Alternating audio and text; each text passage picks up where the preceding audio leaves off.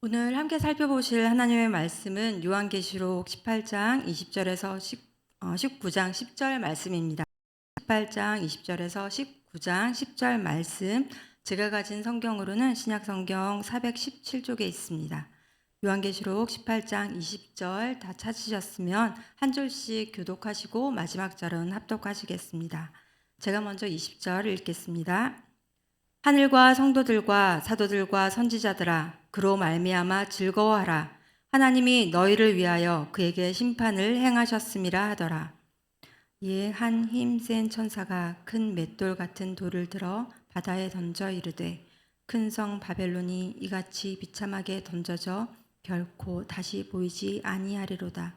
또 검은 곳 하는 자와 풍류하는 자와 퉁소 부는 자와 나팔 부는 자들의 소리가 결코 다시 내 안에서 들리지 아니하고, 어떠한 세공업자든지 결코 다시 내 안에서 보이지 아니하고, 또 맷돌 소리가 결코 다시 내 안에서 들리지 아니하고, 등불빛이 결코 다시 내 안에서 비치지 아니하고, 신랑과 신부의 음성이 결코 다시 내 안에서 들리지 아니하리로다. 너희 상인들은 땅의 왕족들이라. 내 복술로 말미암아 만국이 미혹되었도다. 선지자들과 성도들과 및 땅 위에서 죽임을 당한 모든 자의 피가 그 성 중에서 발견되었느니라 하더라. 이 일 후에 내가 들으니 하늘에 허다한 무리의 큰 음성 같은 것이 있어 이르되, 할렐루야, 구원과 영광과 능력이 우리 하나님께 있도다. 그의 심판은 참되고 의로운지라. 음행으로 땅을 더럽게 한 큰 음녀를 심판하사 자기 종들의 피를 그 음녀의 손에 갚으셨도다 하고, 두 번째로 할렐루야 하니 그 연기가 세세토록 올라가더라. 또 24장로와 네 생물이 엎드려 보좌에 앉으신 하나님께 경배하여 이르되, 아멘 할렐루야 하니, 보좌에서 음성이 나서 이르시되, 하나님의 종들 곧 그를 경외하는 너희들아, 작은 자나 큰 자나 다 우리 하나님께 찬송하라 하더라. 또 내가 들으니 허다한 무리의 음성과도 같고 많은 물소리와도 같고 큰 우레소리와도 같은 소리로 이르되, 할렐루야, 주 우리 하나님 곧 전능하신 이가 통치하시도다. 우리가 즐거워하고 크게 기뻐하며 그에게 영광을 돌리세. 어린 양의 혼인 기약이 이르렀고 그의 아내가 자신을 준비하였으므로 그에게 빛나고 깨끗한 세마포 옷을 입도록 허락하셨으니 이 세마포 옷은 성도들의 옳은 행실이로다 하더라. 천사가 내게 말하기를, 기록하라.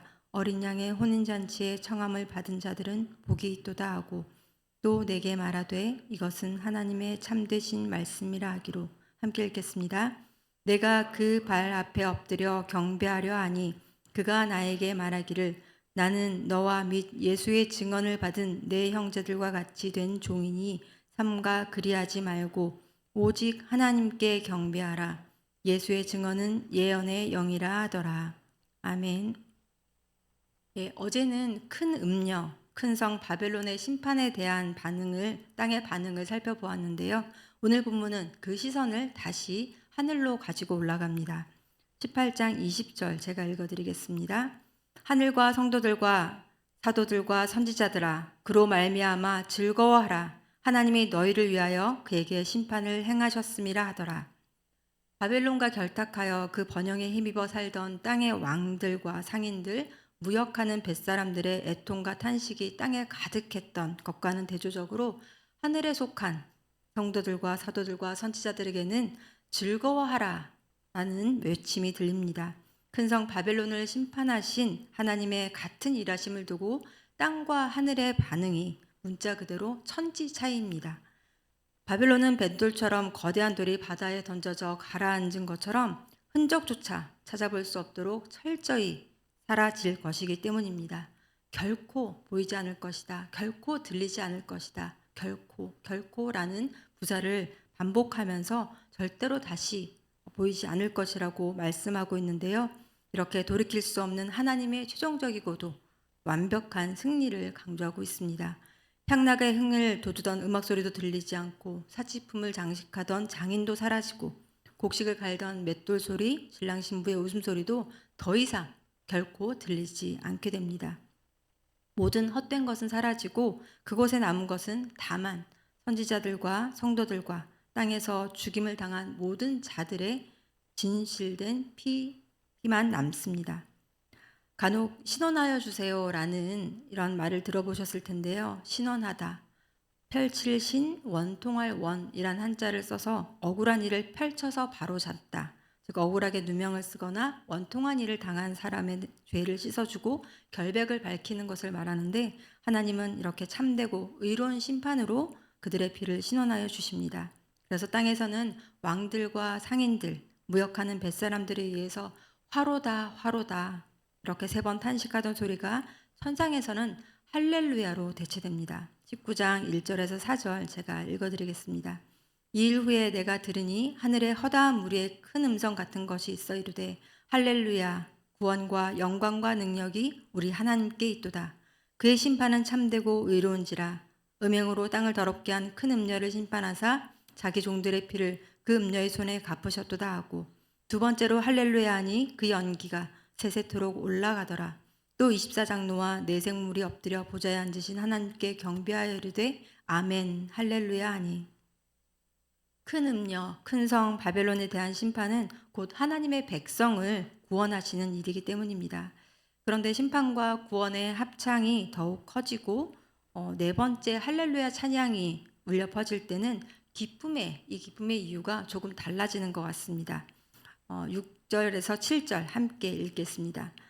또 내가 들으니 허다한 무리의 음성과도 같고 많은 물소리와도 같고 큰 우레소리와도 같은 소리로 이르되 할렐루야, 주 우리 하나님 곧 전능하신 이가 통치하시도다. 우리가 즐거워하고 크게 기뻐하며 그에게 영광을 돌리세. 어린 양의 혼인 기약이 이르렀고 그의 아내가 자신을 준비하였으므로. 바벨론의 심판을 기뻐하던 찬양 가운데 왜 어린 양의 결혼식이 갑자기 나오는 걸까요? 먼저 어린 양의 결혼식에 대한 이해가 필요할 것 같은데요. 결혼식의 주체는 누구죠? 신랑과 신부입니다. 어린 양의 결혼식이라 했으니 이 어린 양과 또 그의 신부가 되겠죠. 어린 양은 요한계시록 5장에서 확인한 것처럼 예수님이겠고요. 그럼 어린 양의 신부는 누구일까요? 구약 성경은 하나님과 하나님의 백성의 관계를 종종 부부로 묘사하고는 하는데요. 지난 4월 우리가 새벽에 함께 살펴봤던 아가서, 또 이사야, 호세아서 이런 곳곳에서 성경은 부부의 관계로 이 하나님과 그 백성의 관계를 설명하는데요. 신약 성경도 마찬가지죠. 사도 바울도 편지 곳곳에서 예수님과 교회를 이렇게 남편과 아내로 비유하곤 합니다. 어린 양의 신부는 바로 성도들, 교회이죠. 가나안 혼인잔치로 예수님의 첫 이적을 기록했던 사도 요한에게 천사는 어린 양의 혼인잔치를 환상으로 보여주시며 혼인잔치의 기쁨으로 초대하고 있습니다. 큰 성 바벨론의 심판이 바벨론의 파멸을 목도하는 우울한 장례식, 장송곡이었다면 결혼식은 당연히 기쁜 날이죠. 그런데 이 큰 성 바벨론의 심판과 어린 양의 결혼식이 대체 무슨 상관이 있는지 설명하기 위해서는 고대 근동의 결혼 풍습에 대한 이해가 좀 필요합니다. 고대 근동에서는 남녀가 부부가 되기 위해서는 약혼과 결혼이라는 두 절차가 필요합니다. 결혼을 약속한다는 의미에서 약혼, 우리도 종종 했었는데요. 하지만 우리가 생각하는 이곳에서 이루어지는 약혼과 정혼은 조금 개념이 다른 것이, 약혼 단계에서는 함께 살지는 않지만 법적으로는 부부로 간주가 됩니다. 그래서 정혼이라고도 하는데요. 만약 파혼을 하게 되면, 약혼 상태에서 파혼을 하게 되면 이건 이혼한 관계가 되는 거죠. 이혼의 절차를 거쳐야 되는 거죠. 이렇게 정혼한 신랑과 신부는 결혼식 때까지 남편과 아내로서 그 순결의 의무를 지켜야 했는데, 예수님의 어머니 마리아가 성령으로 잉태했을 때 예수님이 잉태했을 때 요셉과 정혼하고 이렇게 결혼은 아직 하지 않았던 정혼 상태였던 거죠. 이렇게 약혼 후 결혼식 때까지 신랑과 신부는 결혼식을 준비하게 되는데요. 신랑은 살 집을 직접 짓습니다. 거처가 다 준비되면 신부를 데리러 가는데, 신부 집에 가서 결혼식을 한 일주일 정도 결혼식을 치르고 신부를 아버지 집으로 데리고 와서 이제 살게 되는 겁니다. 이렇게 약혼과 결혼이라는 고대 근동의 이런 결혼 관습은 예수 그리스도의 초림과 재림을 설명하는 좋은 비유를 제공합니다. 예수님이 오셔서 십자가와 부활 승천하신 것이 약혼이라면 재림은 이제 결혼에 해당하는 거죠. 그래서 이처럼 예수님의 초림 후 재림을 기다리는 오늘날 교회는 바로 남편 되신 예수님이 오셔서 결혼식을 거행하고 영원히 함께 살게 될 그 날을 고대하는 신부가 됩니다. 그런데 오늘 본문은 그 결혼식이 언제 있다는 거죠? 하나님이 아닌 우상을 숭배하며 영적 간음을 하도록 끊임없이 성도들을 미혹하고 그에 저항하는 자들을 박해하고 피 흘리게 만드는 그 큰 성 바벨론이 마침내 완전히 심판받는 그 후에 어린 양의 결혼식이 있다는 겁니다.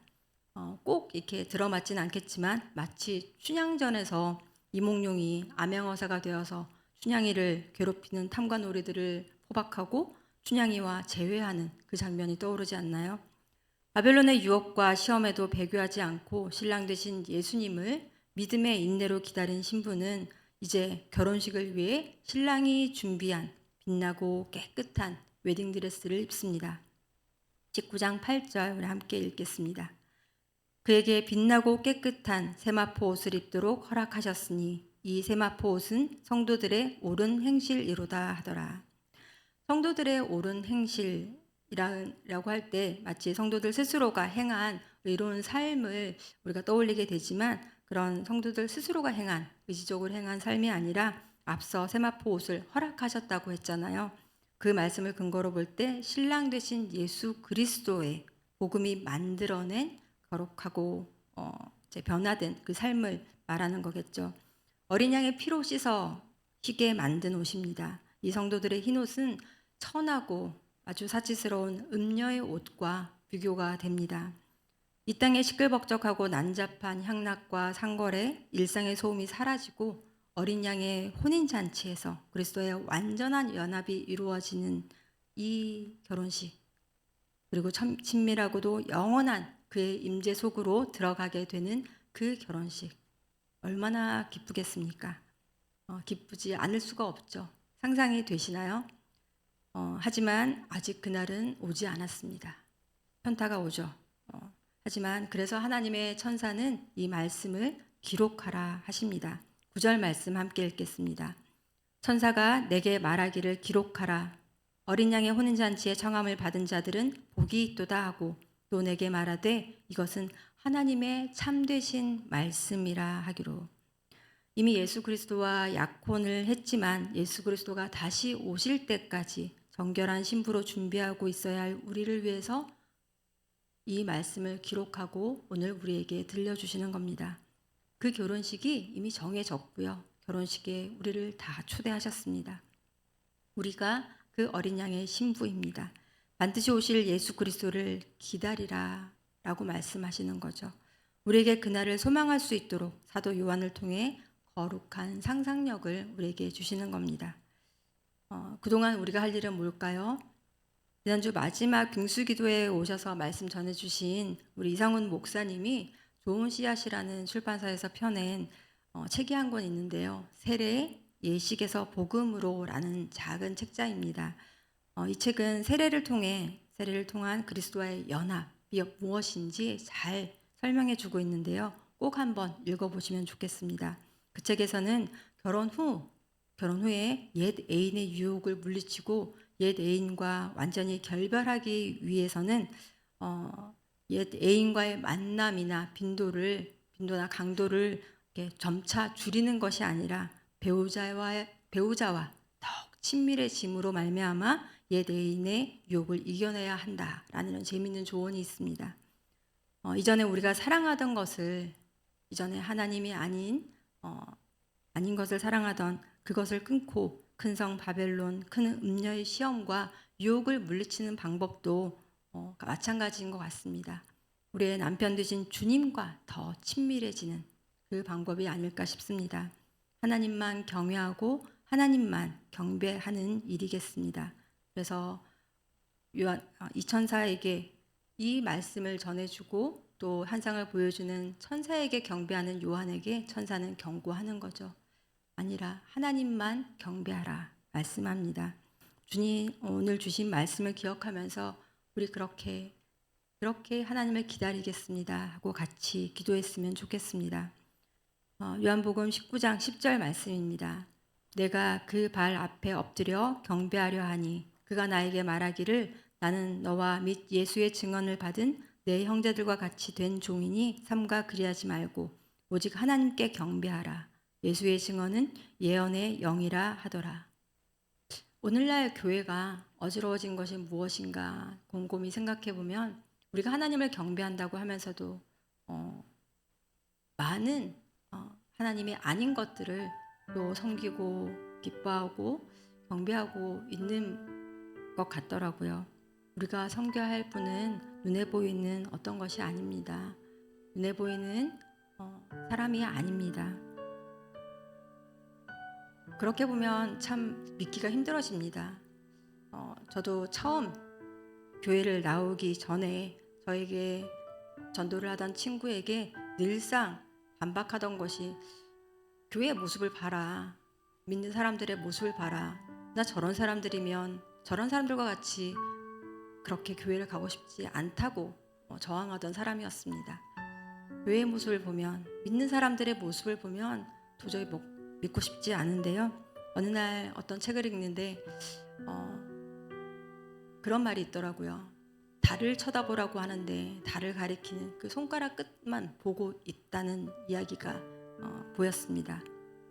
정말 하나님을 가리키고 또 하나님을 증거하고 있는 교회들, 하지만 그 부족함 때문에 제가 정말 그 하나님을 보지 못하고 그 손가락 끝만 보고 내가 거부하고 있었구나.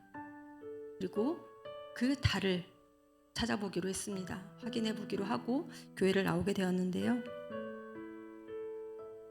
우리가 섬겨야 할 분, 참으로 기뻐해야 할 분은 갈 대상은 하나님뿐입니다. 우리가 기쁘고 기뻐하고 섬겨야 할 대상을 올바로 분별하는 우리가 되었으면 좋겠습니다. 달을 가리키는 손가락을 쳐다보지 않고 하나님만을 경외하며 신랑 되신 예수 그리스도를 더욱 사랑하는 우리 더사랑 공동체가 되었으면 좋겠습니다. 인내와 믿음으로 주님 다시 오실 그날에 정말 주님을 기쁘게 맞이하는 우리가 되었으면 좋겠습니다. 그렇게 오늘의 유혹과 시험을 이기고 주님의 정결한 신부로 준비되는 오늘 하루가 되게 하여 주십시오. 기도하였으면 좋겠습니다. 함께 말씀을 기억하며 기도하겠습니다. 살아계신 아버지 하나님 감사합니다. 주님 오늘도 요한을 통해서 보여주신 이 말씀처럼 아버지 하나님 정말 주님께서는 말씀하신 바대로 우리에게 다시 오신다 약속하셨습니다. 우리를 거룩한 어린 양의 거룩한 신부로 우리를 부르시고 또 그렇게 그 혼인 잔치에 우리를 초대하셨습니다. 아버지 하나님 그러나 지금 함께하지 못하는 보이지 않는 주님을 바라보기보다 큰 성 바벨론의 유혹에 넘어가고 또 그 말씀을 전하는 어떤 것들을 우리가 경배하고 있지는 않은지 아버지 하나님 돌아보게 됩니다. 아버지 하나님 우리가 정말 바로 보아야 할 분은 오직 하나님 한 분뿐임을 다시 한번 기억합니다. 주님 흐릿해진 우리의 시각을 우리의 이 시력을 주님 조정하여 주시고 주님만을 바라보게 하여 주시옵고 주님 그 거룩한 상상력으로 주님을 기다리게 하여 주시옵소서. 아버지 하나님 오늘도 우리에게 이렇게 주시는 그 말씀을 통해서 주님 다시금 우리가 기뻐해야 할 분 우리가 경배해야 할 분은 오직 하나님임을 주님 기억하고 주님께 다가가는 오늘 하루가 되게 하여 주시옵소서. 주님을 경배하도록 방해하는 많은 것들이 아직 우리 주변에 많지만 주님 그 모든 것들을 걷어내고 주님께 다가가기 원합니다. 오늘도 그렇게 주님의 거룩한 신부로 살아가길 기다리시며 주님 우리를 인내로 우리를 붙드시는 그 주님을 우리가 소망하며 오늘도 주님 살아가겠습니다. 주님 우리의 힘이 되어주시고 지혜가 되어주시옵고 주님 오늘 살아갈 힘이 되어 주시옵소서. 그리하여 주님 정말 주님이 기뻐하시는 거룩한 신부로 준비되는 우리 더사랑교회가 되게 하여 주시옵소서. 계속해서 우리 공동체를 위해서 함께 기도하겠습니다. 쉼과 회복의 시간, 이 방학을 누리고 있는데 힘써 여호와를 알아가는 삶에는 중단 없는 더사랑 공동체가 되길 원합니다. 정말 알면 알수록 더 알고 싶은 우리 주님입니다. 그 주님을 우리 모두가 맛보았으면 좋겠습니다. 주님과의 그 교제의 기쁨을 놓치지 않는 우리 더사랑교회가 되었으면 정말 좋겠습니다. 또 8월 1일에서 3일 이번 주말에 진행될 어린이부 여름 캠프와 또 청소년부 수련회 가운데도 우리 모든 다음 세대들이 그 주님을 알아가는 귀한 시간이 될 수 있도록 함께 기도해 주시면 좋겠습니다. 우리 아이들이 그 주님을 만나면 우리 아름다우신 주님, 참 좋으신 우리 주님을, 예수님을 우리 아이들이 만나면 어떻게 그 하나님을 떠날 수 있을까요? 우리 아이들이 그 주님을 인격적으로 만나는 시간 되게 하여 주시옵소서. 함께 기도해 주시면 좋겠습니다. 또 연일 기록적인 이 폭염과 또 지난 폭우로 신음하며 고통하는 이 땅과 우리 공동체를 불쌍히 여겨 주옵소서. 함께 기도했으면 좋겠습니다. 그리고 우리가 정말 한탄만 하는 것이 아니라 우리가 해야 될 일, 또 할 수 있는 일을 우리에게 보여주시고 또 그렇게 결단하고 실행하는 우리가 되었으면 좋겠습니다. 더불어 연약한 지체들의 그 영혼과 건강을 주님 붙들어 주시옵소서. 이 폭염에 쓰러지는 자들이 없도록 주님 건강을 지켜 주옵소서. 함께 기도하시고 또 그렇게 생각나는 분들이 있다면 연락하셔서 그들의 안녕과 안전을 좀 챙겨주는 오늘 하루가 되길 원합니다. 이렇게 이 세 가지 기도 제목 공동체를 위해서 기도하시고 가지고 나오신 개인의 기도 제목 가지고 기도하시고 자유롭게 돌아가시면 되겠습니다.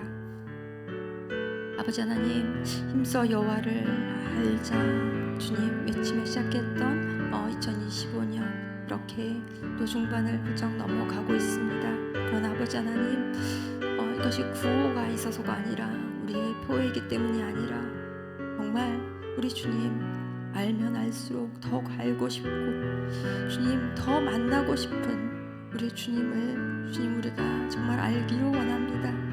말씀을 통해서 예배를 통해서 기도와 찬양을 통해서 또 우리 옆에 붙여주신 공동체를 통해서 그렇게 힘써 여호와를 알아가는 우리가 되길 원합니다.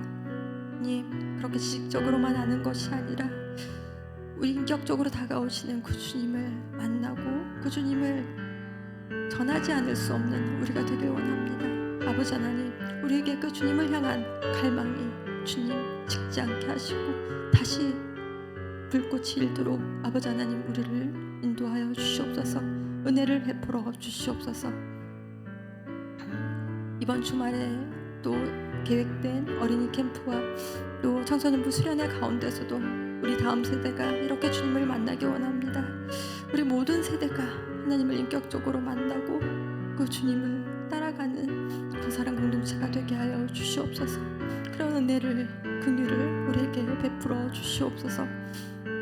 아버지 하나님, 그리하여 참 많은 유혹과 시험이 있는 이때에 믿는 자를 보겠느냐 하시던 그 주님의 한탄이 여기를 보라, 이곳에 주님의 자녀들이 주님 이곳에서 자라고 있다, 주님을 찬양하고 있다라는 주님의 그 칭찬이 우리 교회를 향하길 원합니다. 아버지 하나님, 그렇게 주님을 알아가는 이 시간, 이 여름이 되게 인도하여 주시옵소서. 아버지 하나님, 또한 기록적인 폭염과 또 폭우, 지난 폭우 속에서 신음하며 고통하는 이 땅에 이웃들이 있습니다. 아버지 하나님, 그들을 불쌍히 여겨주시옵고 일상이 속히 회복될 수 있도록 도와주시오며, 아버지, 우리가 이 땅에 정말 주인이 되어서 하나님의 대리자로서 이 땅을 제대로 다스리지 못한 주님, 우리의 소홀함과 우리의 나태함과 우리의 탐욕을 주님 꾸짖어 주시고, 주님 정말 우리가 하나님의 형상으로서 해야 될 일이 무엇인지 지혜를 주시고 또 결단하고 실천하게 하여 주시옵소서.